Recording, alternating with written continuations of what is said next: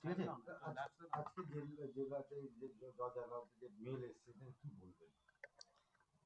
এই কিছুদিন আগে মহামান্য সুপ্রিম কোর্টের আদেশে নির্বাচন কমিশনের যে এসআইআর চলছে তাতে আমাদের ডিস্ট্রিক্ট জুডিশিয়ারির ডিস্ট্রিক্ট জাজ এবং অ্যাডিশনাল ডিস্ট্রিক্ট জাজের এসআইআরের এই ভেরিফিকেশন করার জন্য নিয়োগ করেছেন এবং সেই জায়গায় দাঁড়িয়ে গত কয়েকদিন আগে আমাদের ডিএম অফিসে সার্কিট হাউসে বিচারকদের নিয়ে একটা মিটিংও হয়েছে এবং সেই পরিপ্রেক্ষিতে গতকাল থেকে আমরা দেখেছি ডিস্ট্রিক্ট জাজের এজলাস থেকে বা ডিস্ট্রিক্ট জাজের ঘরের সামনে থেকে প্রশাসনিক সমস্ত তৎপরতায় বিচারকদের এসআইআরের কাজে নিযুক্ত করা হয়েছে। আজকে হঠাৎ কোর্টে এসে যখন আমরা শুনলাম, বিচার প্রক্রিয়ার সঙ্গে যখন যুক্ত হতে যাচ্ছি তখন দেখলাম যে একটা ভুয়ো ইমেল এসেছে। সেখানে বলা হচ্ছে যে এই জজ কোর্টে প্রচুর বোমা রাখা আছে, যখন তখন বোমা মেরে উড়িয়ে দেবো। এটা দেখুন নিছক একটা ইমেলে ভুয়ো হলেও পরে পুলিশ প্রশাসন তৎপরতার সহিত এবং জেলার যিনি পুলিশ প্রশাসনের হেড মাননীয় জেলা সুপার এবং সুপারিনটেন্ডেন্ট অফ পুলিশ এবং ডগ স্কোয়াডের যারা দেখলাম একদম তড়িঘড়ি জজ কোর্টে এসে স্নিফার ডগ নিয়ে এসে তাদের পুলিশ প্রশাসনের ফোর্স নিয়ে এসে বিভিন্ন জায়গায় তল্লাশি করেছেন, এটা আমরা দেখলাম। এবং এটাও আমরা এখন পর্যন্ত নিশ্চিত হলাম যে কোনো জায়গায় কোনো বোমা পাওয়া যায়নি এবং আমরা এটা শুনে খুব আতঙ্কিত বোধ করছিলাম যে বিচারকদের কাছেও এরকম ইমেল আসতে পারে বা একটা কেউ ভুয়োভাবেও পাঠাতে পারে, এটা খুব আতঙ্কের বিষয়। এটা হওয়া কখনোই বাঞ্ছনীয় নয়। আমরা এসআইআরে নিযুক্ত যে সকল মানুষ আজকে লাইনে দাঁড়িয়ে নির্বাচন কমিশনের অপদার্থতার জন্য মানুষকে হয়রানির সম্মুখীন হতে হচ্ছে, মানুষের শেষ আস্থা এবং শেষ ভরসা সবসময় আদালত এবং সুপ্রিম কোর্টের মহামান্য প্রধান বিচারপতি যে রায় দিয়েছেন এবং সেখানে বিচারপতিরাই একমাত্র এই লজিক্যাল ডিসক্রিমিনেশন নামে যেগুলো আমাদের এখানে যে বৈধ ভোটারকে বাদ দেওয়া যে চক্রান্ত হচ্ছে ওনারাই একমাত্র ঠিক করে দিতে পারেন।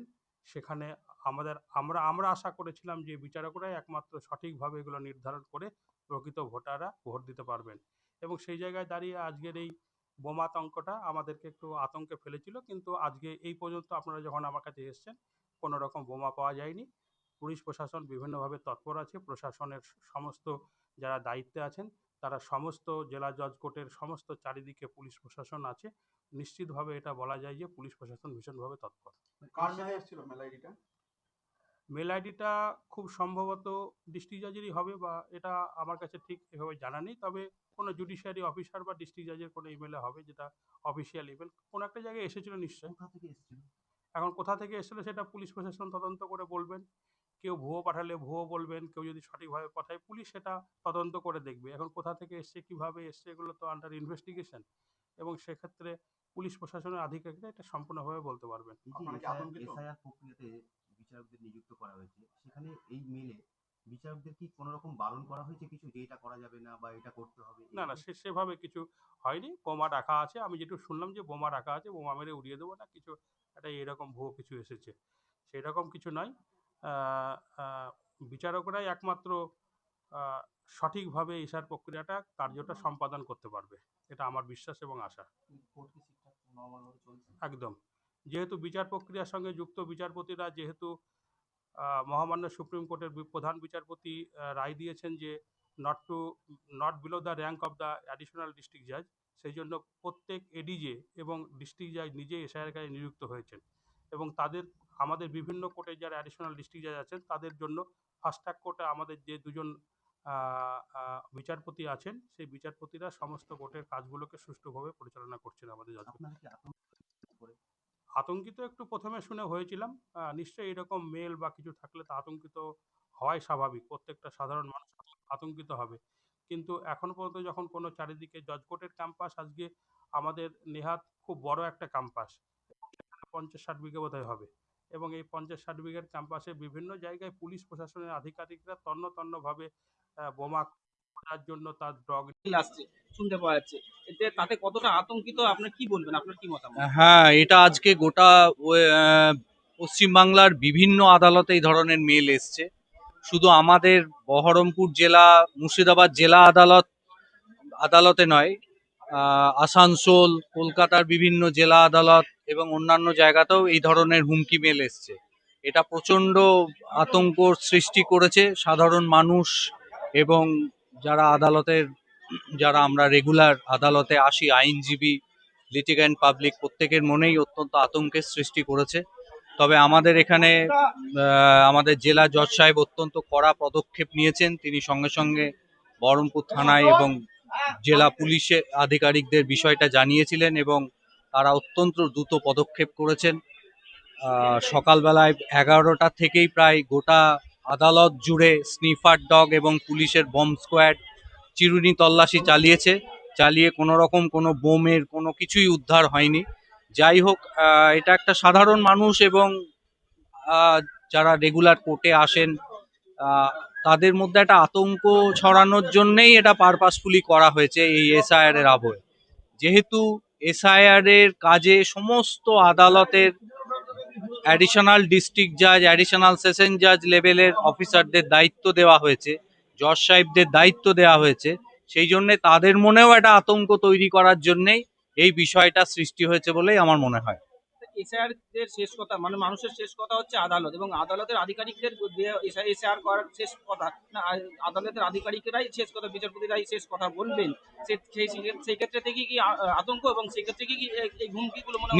নিশ্চয়ই একটা সংগঠিত চক্র থেকেই এটা করা হয়েছে। সংগঠিত চক্র থেকে যারা আদালতের জজ সাহেবরা রয়েছেন, যারা এই এসআইআর প্রক্রিয়ার সঙ্গে সরাসরি সুপ্রিম কোর্টের নির্দেশ মূলে সরাসরি যুক্ত আছেন, তাদেরকে একটা পরোক্ষে চাপ সৃষ্টি করা বা তাদেরকে একটা পরোক্ষে হুমকি দেওয়া, তার জন্যেই এই জিনিসটা সংগঠিতভাবে পারপাসফুলি করা হয়েছে বলেই আমার মনে হয়। তবে আমার মনে হয় না এই ধরনের হুমকি মেল বা কিছু দিয়ে কোনো রকম প্রভাব সৃষ্টি করা যাবে। যাই হোক, এটা করেছে, এটা খুব দুর্ভাগ্যের ব্যাপার। যে এসআর কাজে যদি তারা অন্য কোনো কিছু চিন্তা ভাবনা করে তাহলে তাদেরকে বোম মেরে উড়িয়ে দেওয়া হবে এবং গোটা চত্বর, কোর্ট চত্বরকে উড়িয়ে দেওয়া হবে। সেখানে বিভিন্ন জায়গায় বোম রাখা হয়েছে। এই সংবাদ পাওয়ার পরে পুলিশ প্রশাসন, বিভিন্ন আধিকারিক তারা ছুটে এসছেন, স্নেপার ডগ এসছে, তারা পরীক্ষা নিরীক্ষা করছেন এবং আদালতের চত্বর আতঙ্কিত। আতঙ্কের আবহে আজকে কোর্ট চলছে। সাধারণ মানুষ, আইনজীবী তারা প্রত্যেকে আতঙ্কিত যে আদালতের উপরে যদি এই ধরনের হুমকি আসে তাহলে আদালতের পক্ষে সঠিকভাবে, নির্ভীকভাবে, স্বাধীনভাবে বিচার করা সম্ভব নয়। আর কোনো মানুষ বিচার পাবে না, আইনজীবীরাও সঠিকভাবে তাদের কথাগুলো বলতে পারবে না। এইটাই যদি হয়, এই আবহে আসলে কোর্টের যে পরিবেশ, সে পরিবেশটা নষ্ট হয়ে যাবে, মানুষ কোনোভাবে বিচার পাবে না। এই যে এসআইআর যুক্ত করা আমরা হয়েছে, আশঙ্কা করছি যে এসআইআর জজদেরকে নিযুক্ত করা হয়েছে এবং সেই কারণেই তারা যাতে সঠিকভাবে সঠিক কাজটা করতে না পারেন, এই জন্য তাদের উপর এই ধরনের একটা আতঙ্কের সৃষ্টি করা হয়েছে। এই ধরনের তাহলে কি এই এসআইআর যে প্রক্রিয়া চলছে তাতে বিঘ্ন ঘটবে না? অবশ্যই বিঘ্নিত হবে। এই যদি হয়, জজরা কী করবেন আমরা জানি না। আমরা হলে তো অন্তত সঙ্গে সঙ্গে প্রতিবাদ করতাম এবং আজও আমরা নিন্দা করছি এই ধরনের ঘটনা খুব নিন্দনীয় ঘটনা। ডিস্ট্রিক্ট জজ সাহেবের মেলে এসেছিল, মেলটি হ্যাঁ, কোন মেল থেকে করা হয়েছে? সেটা তো আমরা বলতে পারবো, সেটা অতটা নিউজ আমাদের পক্ষে বলা সম্ভব নয়। যাদের কাছে এসছে তারাই সঠিকভাবে জিনিসটা বলতে পারবে। এই যে বোমাতঙ্ক একটা বোমের তাতে আপনারা তো আতঙ্কিত রয়েছে। আমরা তো বললাম তো, আমরা আইনজীবী হিসেবে আমরা আতঙ্কিত।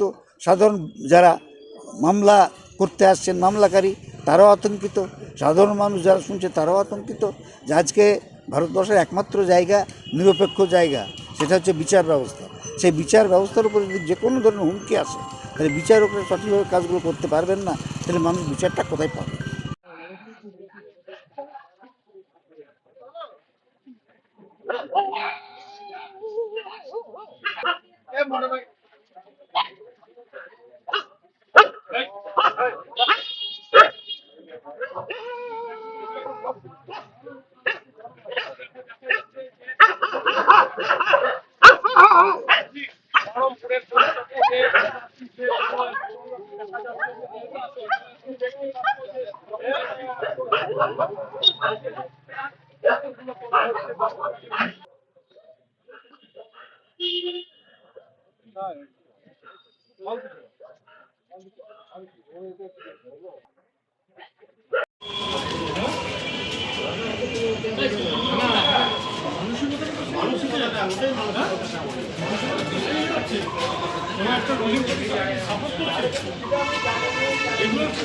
ছেড়ে দেওয়া উচিত, কোনো মানে আছে এগুলো?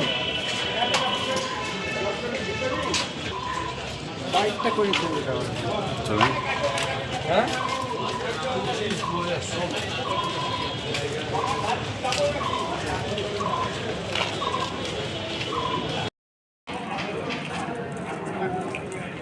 ঠিক আছে। হ্যাঁ রাখুন, হ্যাঁ রাখুন।